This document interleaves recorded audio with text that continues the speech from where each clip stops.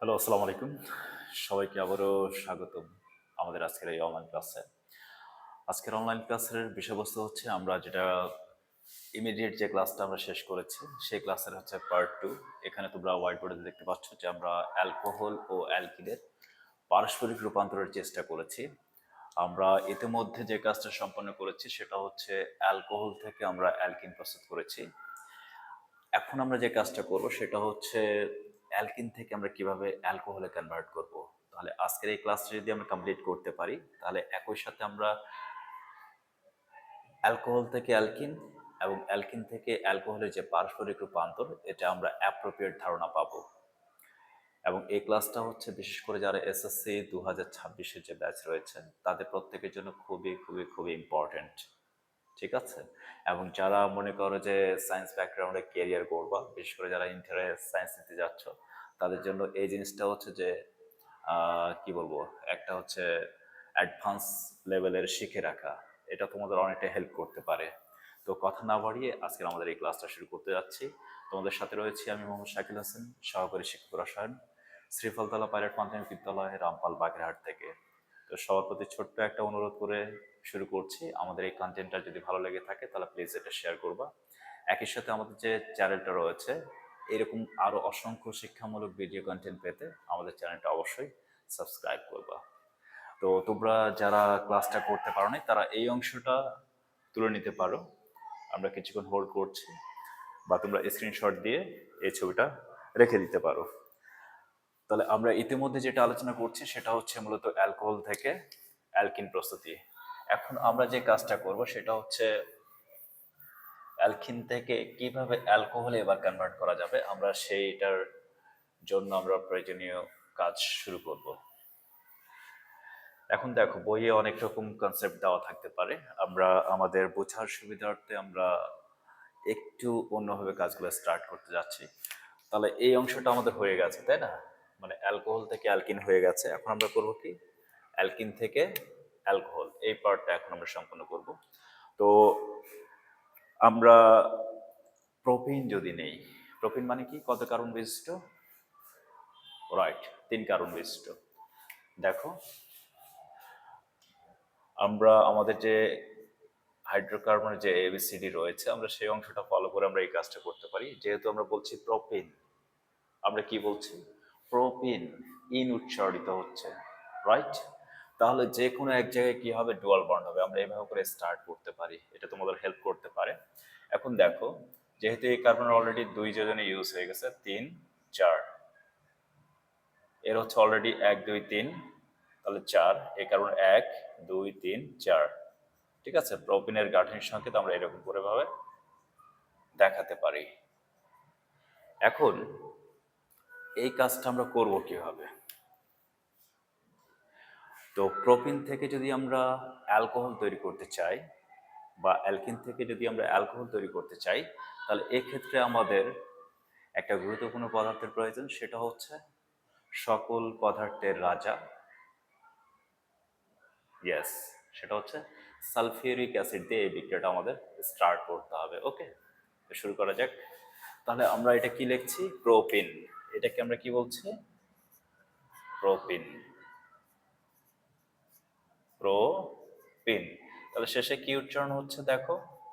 In উচ্চারণ হচ্ছে। কি কারণে? এখানে কি হচ্ছে? ডুয়াল বন্ড আছে। ওকে, এখন এটার সাথে আমরা কি সকল পদার্থের রাজা কি সালফিউরিক অ্যাসিডটা অ্যাড করি। তাহলে সালফিউরিক অ্যাসিডের বিয়োজনটা আমরা এভাবে করে লিখতে পারি, হাইড্রোজেন আয়ন, একটা হাইড্রোজেন আয়ন যেটাকে আমরা বলছি জেনারেলি প্রোটন বলছি, এর সাথে আমাদের কি থাকতে পারে? বাইসালফেট বা হাইড্রোজেন সালফেট আয়ন। এই দুটার কম্বিনেশনে কি আছে? Sulphuric acid, H2SO4। ঠিক আছে, আমি এটা লিখতে পারতাম, কিন্তু বিক্রিয়ার মেকানিজম বোঝানোর জন্য আমাকে এই অংশটুকু এক্সট্রা লিখতে হচ্ছে। ঠিক আছে, এখন দেখো বিক্রিয়ার যে কৌশলটা বলা হচ্ছে, তোমরা এভাবে করে বিক্রিয়াটা করতে পারো। এই যে ডুয়াল বন্ড আছে, এই ডুয়াল বন্ডে এখানে একটা কার্বন, এখানে একটা কার্বন। তোমরা খেয়াল করো, এই কার্বনে কিন্তু দুটো হাইড্রোজেন আছে, দেখতে পাচ্ছ? কতগুলো আছে? দুটো হাইড্রোজেন আছে। আর এখানে যে ডুয়াল বন্ডটা আছে, এই ডুয়াল বন্ডের যে কার্বনটা, এটার সাথে শুধুমাত্র একটা হাইড্রোজেন আছে। হ্যাঁ, তো বিক্রিয়ার মেকানিজম তোমরা যারা এসএসসি লেভেল রয়েছে তাদের বোঝার সুবিধার্থে বলে দেই। এই যে প্রোটন যেটা আছে বা হাইড্রোজেন আয়ন যেটা আছে, এটা সব সময় এই ডুয়াল বন্ডে যে দুটো কার্বন আছে, যে দুটো কার্বনের মধ্যে যে কার্বনে হাইড্রোজেনের সংখ্যা কম, তোমরা দেখো এই কার্বনে হাইড্রোজেন হচ্ছে কতগুলো, দুটো, বাট এই কার্বনে ডুয়াল বন্ডের এই কার্বনে হাইড্রোজেন হচ্ছে একটা। তাহলে এই প্রোটনটা কোথায় গিয়ে রিপ্লেস হবে বা কোথায় গিয়ে যুক্ত হবে, এই কার্বনের সাথে। এটুকু বোঝা যাচ্ছে? ওকে। এরপরে এই যে বাইসালফেট যে অংশটা, এই অংশটা হচ্ছে যে কার্বনে হাইড্রোজেনের সংখ্যা বেশি তার সাথে অ্যাড হবে। ক্লিয়ার? এবং একই সাথে যে দ্বিবন্ধনটা আছে এটা সিঙ্গেল বন্ডে কনভার্ট হবে। ওকে, তোমরা একটু খেয়াল করো। তাহলে এই অংশটাকে আমরা এভাবে করে লিখতে পারি। তাহলে প্রথমের অংশটা ঠিক থাকলো, আমি জায়গা সংকুলন না এই কারণে আমি নিচে লিখছি। তাহলে এখানে এই কার্বনে খেয়াল করো কতগুলো হাইড্রোজেন আছে, তিনটা। তাহলে 1 2 3। এই কার্বনে অলরেডি আগে থেকে একটা হাইড্রোজেন ছিল, তাহলে সেটা আমরা এখানে দিলাম। আর এখানে নতুন করে এই যে হাইড্রোজেনটা এখানে এসে যুক্ত হচ্ছে, তাহলে এখানে আরো একটা হাইড্রোজেন হচ্ছে। ওকে, আবার খেয়াল করো এই কার্বনে অলরেডি দুটো হাইড্রোজেন আছে, তাহলে এখানে আমরা কি লিখলাম, উপরে একটা হাইড্রোজেন নিচে একটা হাইড্রোজেন। এই যে বন্ড যেটা দিলাম এই জায়গাটাতে কি যুক্ত হবে, এই যে বাইসালফেট আছে এখানে এসে যুক্ত হবে। এবং এই যে ডুয়াল বন্ডটা ছিল এই ডুয়াল বন্ডটা এখানে কিসে কনভার্ট হচ্ছে, সিঙ্গেল বন্ডে। খেয়াল করো এই ডুয়াল বন্ডটা কিসে কনভার্ট হচ্ছে, সিঙ্গেল বন্ডে। আর এখানে কি যুক্ত হবে, বাইসালফেট। এই হাইড্রোজেনের বিতর্ক এড়ানোর জন্য আমরা সালফেটটাকে আগে লিখি, হাইড্রোজেনটাকে পরে লিখি। ওকে, যারা আমাদের আগের ভিডিওটা দেখেছো তারা নিশ্চয়ই এটার নাম বলতে পারবা। এটার নাম কি দেখো, মিথেন, ইথেন, প্রপেন। তাহলে এই অংশটা হচ্ছে অ্যালকাইল মূলক, তার মানে এখান থেকে এই অংশটাকে আমরা বলতে পারি প্রোপাইল। আর এখানে হচ্ছে হাইড্রোজেন সালফেট, তার মানে এটার নাম হচ্ছে প্রোপাইল হাইড্রোজেন সালফেট, অথবা বলা হচ্ছে কি propyl bisulphate. Clear? Okay fine, আমি তারপর নাম লিখে দিচ্ছি। এই অংশটার জন্য নাম হচ্ছে কি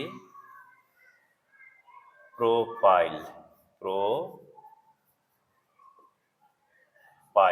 আর এই যে হাইড্রোজেন আছে এটার জন্য কি বলছি, বাই সালফেট।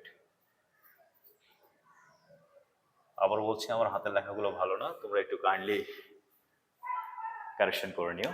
তাহলে এটার নাম হচ্ছে কি প্রোপাইল বাই সালফেট। এটুকু বুঝতে পেরেছি? Okay fine. এই বিক্রিয়াটা কিন্তু দুই ধাপে সম্পন্ন হয়। তাহলে এই অংশটুকু করার পরে এই যে প্রোপাইল বাই সালফেট পাচ্ছি, তাহলে প্রথম অংশটা থেকে যেটা প্রোডাক্ট হিসেবে আমরা প্রোপাইল বাই সালফেট পাচ্ছি, এটাকে আমরা এখন কি করতে পারি, পানি সহযোগে পাতন। পানি সহযোগে পাতন, সহজ কথা হচ্ছে এই প্রোপাইল বাই সালফেটের সাথে আমরা পানি যোজন বিক্রিয়া সম্পন্ন করব। ঠিক আছে, তার মানে এখানে আমরা কি করব, পানি যুক্ত করব।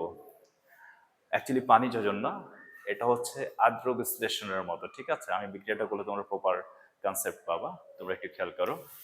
তাহলে এই অংশটুকু লিখে নেই। তাহলে প্রোপাইল কয় কার্বন, মিথেন, ইথেন, প্রপন। ওকে, প্রোপাইল বলতে কি, এটা হচ্ছে অ্যালকাইল, এই জন্য একটা বন্ড ফাঁকা থাকবে, তাই না? এটা আমরা দ্বিতীয় ধাপের ইকুয়েশন করছি।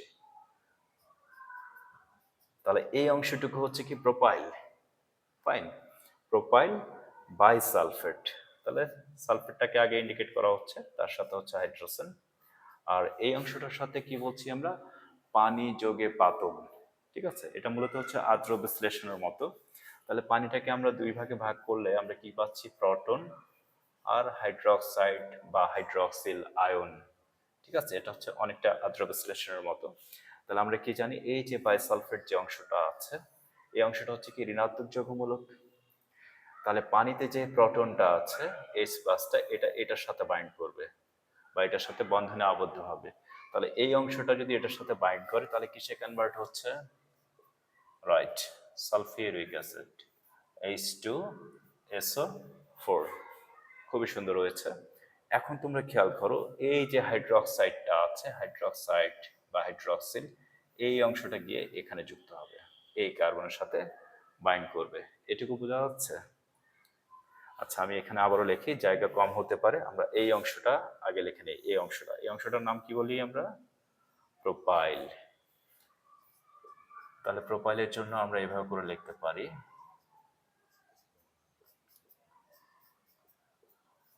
সবাই একটু খাতা কলম নিয়ে সাথে কাজগুলো করো, তাহলে বুঝতে সুবিধা হবে। তাহলে প্রোপাইল অংশটা লিখলাম, আর এই হাইড্রোক্সাইডটা কি হবে, এখানে এসে বাইন্ড হবে। ঠিক আছে, তাহলে প্রোপাইলের পরে এখানে কি আছে, ওএইচ আছে, তাহলে এটাকে আমরা কি বলতে পারি? Propyl alcohol. প্রোপাইল অ্যালকোহল, অথবা এই অংশটার নাম হচ্ছে প্রোপানল। প্রোপানল। অ্যালকোহলগুলোর জেনারেলি নাম শেষে কি উচ্চারণ হয়? নল বা অল উচ্চারণ হয়। ওকে, তাহলে এটার নাম হচ্ছে কি? প্রোপাইল অ্যালকোহল বলতে পারি, প্রোপানল বলতে পারি, অথবা আরেকভাবে নামকরণ করতে পারি।